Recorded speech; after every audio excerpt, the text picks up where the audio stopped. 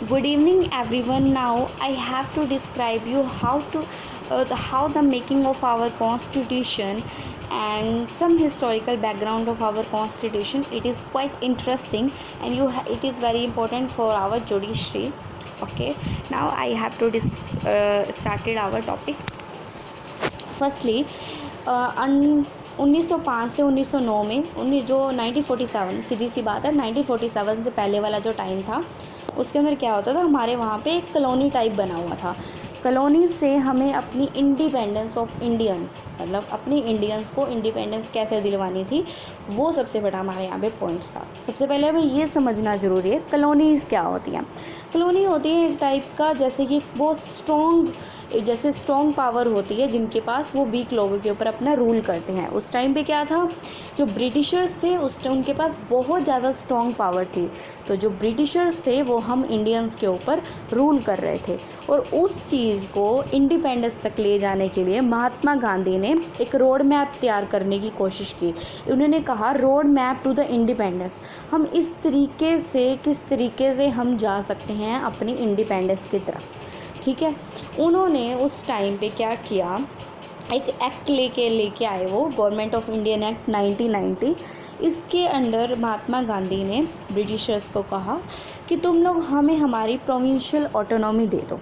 ठीक है, लेकिन उन्होंने कहा कि जो वो थे ब्रिटिशर्स थे वो इस चीज़ के लिए तैयार नहीं थे, क्योंकि वो उस टाइम पे हमारे इंडियंस के ऊपर रूल करना चाहते थे। ठीक है, फिर उन्होंने क्या करा, पहली बात तो प्रोविंशियल ऑटोनॉमी क्या होती है, ये वो होती है एक लेजिस्लेटिव पावर। जो अगर हम इंडियंस के पास आ जाती, जो उस टाइम ब्रिटिशर्स के पास थी, तो हम उसी टाइम पर ही हम इंडिपेंडेंट हो जाते। लेकिन वो बहुत ज़्यादा इंटेलिजेंट थे, उन लोगों ने हमें उस टाइम पे फॉल्स पावर दे दी प्रोविंशियल ऑटोनॉमी की। उस टाइम पर उन्होंने क्या कहा, एक द्यारची सिस्टम दिया। उसके अंदर क्या था, that is called the double government, जिसके अंदर क्या होता है, डबल गवर्नमेंट होती है। इसमें इन्होंने डिवीज़न करा एग्जीक्यूटिव ऑफ ब्रांच को हर प्रोविंशियल गवर्नमेंट के अंदर, एक ऑथराइजेशन और पॉपुलरी सेक्शंस के अंदर। लेकिन जो चीज़ हम चाहते थे, जो मतलब उस टाइम महात्मा गांधी डिमांड कर रहे थे, ये लोग वो नहीं देना चाहते थे। ठीक है, अब सबसे फर्स्ट पॉइंट है, द्यारची सिस्टम को इंट्रोड्यूस किया था लॉर्ड क्लाइव ने, और इसको अबॉलिश किया था वॉन हास्टिंग ने प्रिकॉशन। उसके बाद यहाँ पे इस एक्ट के अंडर सबसे पहले एक रिफॉर्म आई थी, बहुत ज़्यादा फेमस रिफॉर्म है, मॉन्टेग्यूज चेम्सफोर्ड रिफॉर्म्स। इसके अंदर क्या हुआ था, जो मॉन्टेग्यू था वो हमारा उस टाइम पे सेक्रेटरी ऑफ स्टेट था, और जो चेम्सफोर्ड था उस टाइम पे वाइसराय था। ये रिफॉर्म्स बहुत ज़्यादा फेमस हुई थी। उसके बाद इस एक्ट के अंदर हमारे यहाँ पे बहुत ज़्यादा लैंडमार्क चेंजेस आए। क्या हुआ कि बाईकैमरलिज्म आने लगा। इंडियन जो थे उनकी बाईकैमरलिज्म क्या होता है, Indian legislative council of state. Council of state उस टाइम पे काउंसिल ऑफ स्टेट कहा जाता था, जो आज के टाइम में पार्लियामेंट की जो 2 हाउसेज हैं, one राज्यसभा और दूसरा लोकसभा, जिसको अब हम ये कहते हैं, और हाउसेज ऑफ पीपल। दूसरी चेंजेस ये आया था, यहाँ पे डायरेक्ट इलेक्शंस आने लग गए थे।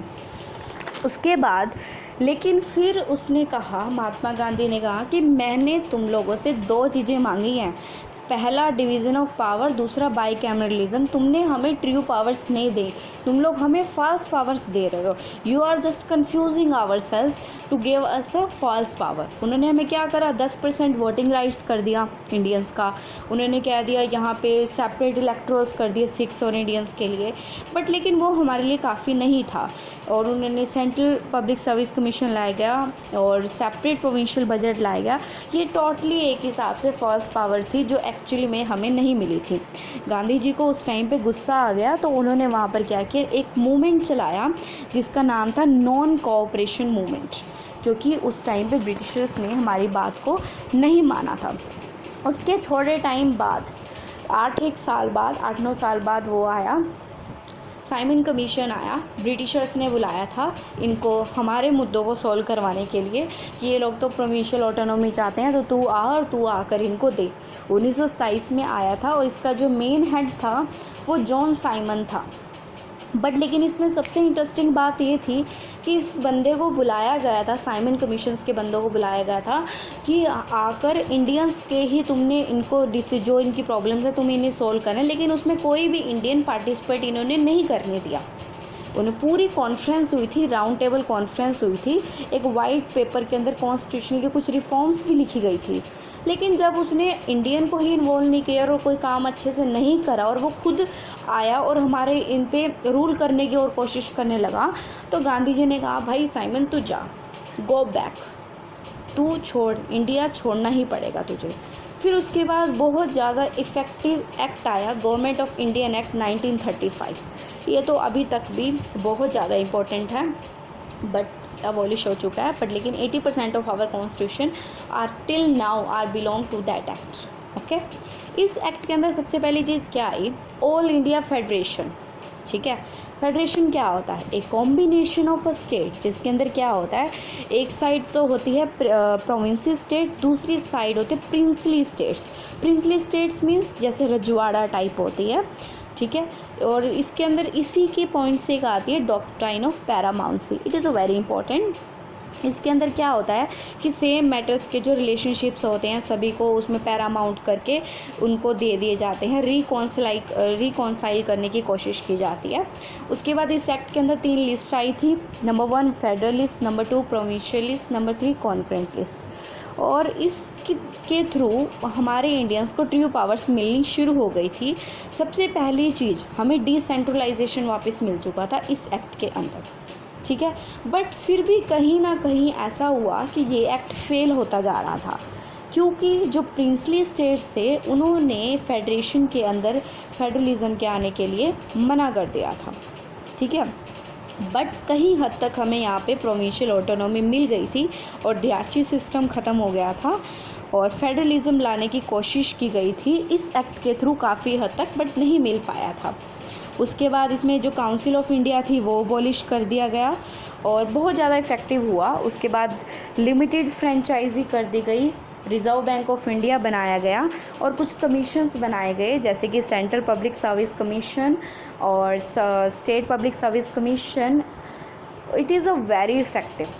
इसके बाद इस एक्ट के बाद एक ऑफ़र आता है जो बहुत ही ज़्यादा, जो 1940 का ऑफ़र था वो बहुत ही ज़्यादा उसने अच्छा रोल उसने प्ले किया था, जिसको नाम कहते हैं अगस्त ऑफ़र 1940। इसने बहुत ज़्यादा अच्छा रोल प्ले किया है हमारे इंडिपेंडेंस के अंदर। ओके, इसके अंदर क्या था कि सबसे पहली डिमांड इसके अंदर उसने उस टाइम पे महात्मा गांधी ने सोचा, लीडर्स जो थे वहाँ पे उन्होंने सोचा हमें सबसे पहले इंडिपेंडेंस की जगह अगर हम डोमिनियन की डिमांड करें तो शायद वो ज़्यादा बेटर होगा, ठीक है। सबसे पहले ये डिमांड उठाई थी 1934 के अंदर एम.एन. रॉय ने, बट किसी ने इतना उस टाइम सुना नहीं था। फिर उसके बाद फिर उन्होंने सोचा उस टाइम 1940 के अंदर, नहीं हमें डोमिनियन पहले चाहिए, फिर हमें इंडिपेंडेंस चाहिए, ठीक है।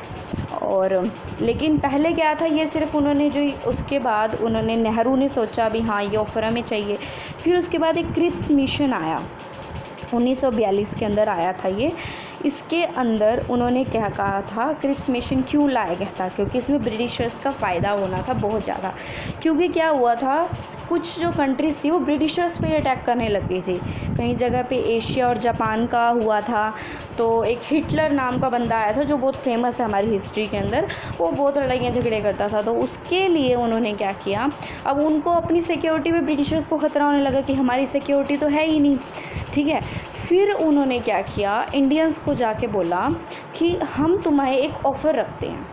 उन्होंने कहा हम तुम्हें एक ऑफ़र रखते हैं और उस ऑफ़र के अंदर ये था कि अगर तुम हमें हमारी लड़ाई के अंदर अगर तुम हमारा साथ दोगे तो हम जो तुम कह रहे हो तुम्हें डोमिनियन चाहिए, 8 अगस्त 1940 को तुम्हें तुम्हारा डोमिनियन मिल जाएगा। लेकिन उन्होंने वहाँ पर भी एक शर्त रखी थी कि इसके अंदर दोनों लीग कांग्रेस और मुस्लिम लीग दोनों की एक्सेप्टेंस होनी चाहिए। कांग्रेस तो ऑलरेडी चाहती थी कि हमें डोमिनियन मिले, तो उन्होंने तो हाँ कर दी, लेकिन मुस्लिम लीग ने ना कर दी। वो कहते हैं हमें सिर्फ पाकिस्तान चाहिए, हमें सिर्फ पाकिस्तान से मतलब है, हमें कुछ और नहीं चाहिए। तो फिर बाद में गांधी ने बोला कि भाई तुमने तो कहा था कि तो अगर हम तुम्हारा साथ देंगे तो तुम ऐसे करोगे, लेकिन उन्होंने कहा भाई हमने उसके बाद ये भी बोला था कि हमें दोनों लीग चाहिए, लेकिन तुम में से किसी एक ने हाँ कर दी, ठीक है। फिर उसके बाद फिर उन्होंने ये नहीं दिया, तो फिर उसके बाद महात्मा